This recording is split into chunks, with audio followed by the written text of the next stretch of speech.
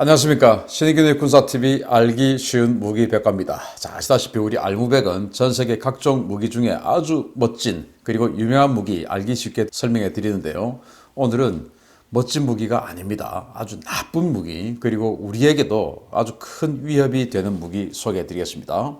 바로 민간 화물선도 아스널십이 될 수 있다. 중국의 YJ-18C 미사일 알려드리겠는데요. 대한미사일, 배에서 군함을 향해서 쏘거나 배에서 육상을 향해서 공격할 수 있는 그런 이 함선용 미사일입니다. 그런데 이게 함선, 즉 군함에 들어가는 게 아니고 민간 화물선에 넣게끔 만든 그런 나쁜 미사일이에요. 제가 왜 이런 아이템을 선정을 했냐면은 최근에 미국 대선에서 트럼프 대통령이 뭔가 좀 역전 카드를, 군사적으로 역전 카드를 내놓을 것이다 라고 했는데, 그 역전 카드를 내놓지 못했죠. 결국은 그 내놓지 못한 그 원인 중에 하나가, 음모론 중에 미국 대선 관련해서 음모론이 워낙 많아요. 그 음모론 중에서 이 최근 이 선거 직전에 중국의 컨테이너가, 미국으로 오던 중국의 컨테이너가 2,000개 넘게 사라졌다 이거예요. 그래서 그 2,000개 넘게 사라진, 해상에서 사라졌는데 그 컨테이너가 어디로 가 있는지 모른다. 그래서 그 컨테이너에서 갑자기 미사일이 솟구쳐 오를 수 있기 때문에 이거 조심해야 된다. 그래서 트럼프가 거사를 치르지 못한 거다. 이제 이런 음모론이 있어요. 이제 그런 차원에서 그럼 도대체 뭘 가지고 저런 이야기를 하냐? 그래서 그 소재가 된 바로 그 미사일 알려드리는 겁니다. 자, 1864년 19세기 후반이죠. 정말 이 유럽은 1000년 동안, 물론 그 이전도 그랬지만 중세부터 시작해서 나라가 다 찢어져서 계속 전쟁을 해왔습니다. 20세기 초반에 진짜 전쟁의 끝판왕이라고 할 수 있는 1차 세계대전이 발발을 했죠. 그 와중에 1864년도에 그야말로 이제 우리 정신 차리자. 전쟁하는 거 좋은데 민간인은 우리 건드리지 말자. 이제 이런 차원에서 중립국인 스위스 제네바에서 제네바 협정을 체결했죠. 그래서 우리가 알고 있는 제네바 협정에서 포로에 대한 예우 이런 게 다 이제 이 시기에 제네바 협정에서 만들어진 거, 개정되고 막 그런 거예요.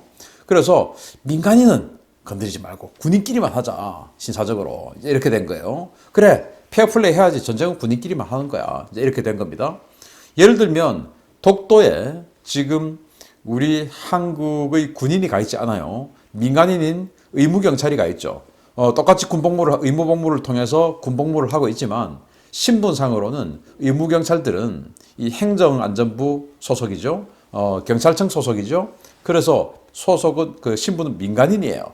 그럼 예를 들어서 일본 자위대가 우리 독도의 의무경찰들을 사살을 한다든지 이렇게 되면 뭐냐, 민간인을 상대로 한 전쟁 범죄가 되는 겁니다. 전범자가 되는 거예요. 그래서 우리가 힘이 강할 때는 우리 군대가 이 독도를 지키는 것이 좋지만, 우리 군사력이 상대적으로 약하다 생각이 되면 민간인이 지키는 게 더 유리합니다. 왜? 상대의 전범이라는 굴레를 씌워버릴 수가 있기 때문에. 그래서 이제 이게 다 제네바 협정에서 나온 겁니다. 이렇게 해서 서구 열강들은 그래, 민간인은 이제 건드리지 말자 라고 하는 공감대가 형성됐는데, 세월이 바뀌고 몇십 년 후에 소련에서 공산당 혁명이 발생을 했죠. 그래서 공산당이라는 자들이 나왔습니다. 이들은 민간인 그게 뭔데? 라고 하는 거예요. 슈트라파트, 이기는 게 장땡이야. 이게 뭐냐? 슈트라파트는 이 소련이 운영을 했던 형벌부대, 죄수부대입니다. 그래서 이 죄를 짓고 교도소에 들어가 있는 그 죄수들을 가지고 이제 불러내서 총알바지를 시키는 거예요. 그러면은 이 사람들은 민간인이지 않습니까? 죄를 지어서 교도소에 들어가 있지만 어쨌든 민간인인데 이 사람들을 불러내서 전초부대에 세웁니다. 그래서 그냥 깃발만 들고 앞으로 가게끔 만들든지, 아니면 그 중에 몇 명 중에 한 명을 모진 나강 소총 주고, 그리고 총알은 한 발만 딱 장전시키고 이렇게 줍니다. 그렇게 해서 독일군하고 맞다르트리면 이제 제일 먼저 이 형벌부대를 먼저 보내요. 민간인들이죠. 그러면 이 소련이 가장 무서워했던 게 독일의 MG42 이런 기관총들이에요. 막 기관총을 쏘고 이 형벌부대를 돌격하고 뒤에서는 이제 정규군들이 딱 기다리고 있는 겁니다. 그러면은 이 독일군들이 일단 이 형벌 부대를 향해서 막 그 기관총을 쏘죠. 그러다가 이제 몇 순 배 돌아가면은 또 기관총 탄창 교환해야 되죠. 이러고 있을 때 이제 이 형벌 부대들 다 제압되는데 그 시기에는 독일군들이 탄창을 교환하고 이렇게 해서 공격이 잦아들 때인 거예요. 그때 이제 뒤에서 정규군들이 독일군하고 쇄도를 해서 싸움을 하는 이런 식으로 운영을 한 겁니다. 또 그건 이제 육군에서 그렇게 했고 공군에서는 이 당시 조종사가 있으면 뒤에 기관총 사수가 뒤를 보고 있지 않습니까? 꼬리를 잡히면 뒤를 이제 쏴야 되니까 그 뒤에 탄 그 기관총 사수를 이 죄수를 앉힌 거예요. 왜? 제일 죽을 확률이 높으니까 상대가 이제 6시 방향에서 내려 쏘고 하니까 제일 죽을 확률이 높죠. 꼬리를 잡히면 그래서 그 뒤에 죄수를 앉혔는데 그러면 이제 계속 거기 앉혀 놓으면 나 안 할래 할 수 있으니까 10번 출격해서도 살아있으면 석방이야. 자, 그래서 10번 출격해서 살기 위해서 막 그냥 쏘는 겁니다. 이런 식으로 소련은 활용을 했어요. 공산당들은 민간인 그게 뭔데? 그래서 이제 이런 사상을 이어받은 마오쩌둥도 인민전쟁이라는 개념을 도입했죠. 그래서 인민 전체가 전쟁을 하는 겁니다. 그러니까 국민당이 당할 수가 없었죠. 자, 이런 사상에서 공산당들은 그래, 괜찮아. 민간인 뭐고 뭐 이기면 되는 거지. 라고 해서 이제 러시아가 소련이 망하고 러시아가 이어받았죠. 그래서 러시아의 이 무기 회사들은 각자 도생, 스스로 생존을 해야 되는 겁니다. 그래서 야, 옛날에 뭐 우리 사상들은 자기네들은 공산주의 사상이 그대로 잡혀 있고 하니까 이런 걸 만든 겁니다. 러시아의 로소본 엑스퍼트에서 이런 걸 만들었어요. 컨테이너 박스 안에다가 미사일을 집어넣어요. 대한 미사일입니다. 바다니까.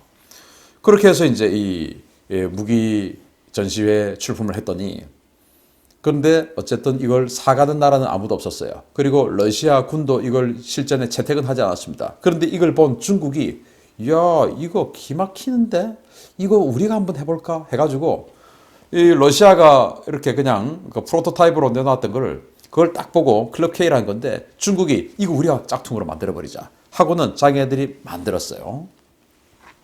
어떤 배도 아스널십이 될 수 있다. 컨테이너 은닉 미사일이 등장해버렸어요. 기습 공격 가능하고 피격되면 누명을 씌워서 여론전도 가능하지. 자, 이렇게 해서 이건 지금 이 러시아의 클럽 K 홍보 영상 중에 캡처를 한 건데 지금 중국 거는 홍보 영상이 없어요. 못 구했습니다. 그래서 이 컨테이너 선박을 타고 가다가 그냥 이렇게 컨테이너를 열고 쏴버리는 겁니다. 그러면은 이 미사일이 조금 덩치가 작은 미사일 같은 경우에는 컨테이너 하나에 여기 이제 한 기퉁에 컨트롤 박스, 전원 뭐 이런 것들을 넣을 수가 있고 만약에 미사일이 좀 덩치가 커서 사거리가 좀 길고 이러면은 그 옆에 다른 컨테이너에서 지휘 통제를 해서 유도를 할 수 있는 이런 시스템으로 만들어서 이제 홍보를 한 겁니다. 그래서 중국이 우리 만들자 해서 이걸 만들어 버렸어요. 그래서 중국은 이걸 또 팔아버렸네요. 어디 팔았냐? 베네수엘라에 팔았습니다. 이게 지금 베네수엘라에 판 그 모델인데요. 원리 살람 옹고이 지신 잘한다 해. 베네수엘라는 벌써 사갔다 해. 이제 이렇게 자랑하는데 옹고이 지신 바로 옛 것을 배워서 더 새로운 것을 창조한다 그 말 아닙니까? 그래서 그냥 뭐 이 중국은 저작권이고 뭐 다 무시해버리니까 야 클럽 K 지금 만들어 해가지고 그런데 그걸 갖다가 더 개량을 합니다. 클럽 K는 그냥 누가 봐도 대한미사일만 집어넣었는데 여기는 대한미사일도 집어넣을 수 있고 모듈식으로 만들어서 대구경 300mm 방사포 다련장 로켓이죠. 그걸 이제 내문을 집어넣을 수도 있고 한 팩에 그리고 또 다른 팩에는 120mm 다련장 로켓을 왕창 집어넣을 수도 있고 또는 300mm 방사포만 다 집어넣을 수도 있고 아니면 120mm 방사포만 왕창 집어넣을 수도 있고 아니면 아예 그냥 대한미사일만 다 집어넣을 수도 있고 이런 식의 이제 모듈식 장전 시스템으로 만들었어요. 그걸 이제 베네수엘라에 팔았는데 베네수엘라는 바로 거기서 조금만 올라가면은 미국 플로리다가 있는 곳 아니겠습니까? 미국이 굉장히 불쾌하겠죠. 자, 그런데 지금 베네수엘라에 판매를 할 때는 이렇게 군용 도색을 했는데 이걸 뭐 파란색으로 다 칠해버리고 예를 들어서 우리 뭐 한진해운, 뭐 현대해운 컨테이너에 딱 옆에 써져 있는 거 있지 않습니까? 중국 같은 게 뭐 코스코 뭐 이렇게 딱 적어 놓은 거. 그런 식으로 도색을 해가지고 그냥 컨테이너 선박에 얹어버리면은 모르는 거예요. 그래서 이제 이게 11월, 10월 이 어간에 즉 미국 대선하기 직전에 이 태평양, 미국으로 가는 이 태평양 상에서 2,000개 넘게 중국의 컨테이너가 사라졌다. 이거 도대체 어디 갔을까? 바다로 빠졌을까? 아니야. 1년 동안, 그 2019년 1년 동안 사라진 컨테이너보다 미국 대선하기 직전 한 달 동안 사라진 컨테이너가 더 많아. 그러면 이거 뭔가 어떻게 은닉해가지고 미국 국내로 들어와 있을 거야. 바로 이런 식으로 해가지고 이제 미국 대선에서의 음모론이 나온 겁니다. 자, 컨테이너 속에 숨겨진 독침. 그 중에서 가장 강력한 독침이 바로 YJ-18 미사일이에요. 뭐 방사포, 다련장 로켓 다 들어가지만 그 중에 제일 무서운 게 바로 이놈입니다. YJ-18. 이제 오늘의 주인공이죠. 일단 순항 미사일입니다. 탄도 미사일은 아니고요. 세 가지 버전으로 쏠 수가 있는데 일단 표준 버전은 뭐냐면은 사거리가 220km예요. 이 표준 버전은 아음속으로 날아갑니다. 한 170km 날아가다가 마지막 타겟에 딱 돌입하기 50km 전에 초음속으로 가속을 해요. 그래서 마 3.0까지 가속을 해서 때리니까 처음부터 초음속으로 날아가서 때리는 것보다는 연료 소모가 적죠. 일단은 한 170km 정도는 아음속으로 날아가니까. 그래서 마지막에 공격할 때는 이제 초음속으로 들어가니까 공격받는 적함 입장에서는 어쨌든 마지막에 나를 때리러 들어올 땐 초음속으로 마 3으로 들어오니까 초음속 미사일이나 똑같은 것이죠. 그래서 그런 버전으로 했을 때는 사거리가 220km. 그리고 그냥 순수하게 아음속, 우리 한국 해군이 쓰고 있는 해성이나 미국 해군의 하푼이나 이런 것들처럼 그냥 아음속으로 계속 쓰면은 연료 소모가 적기 때문에 사거리가 무려 540km.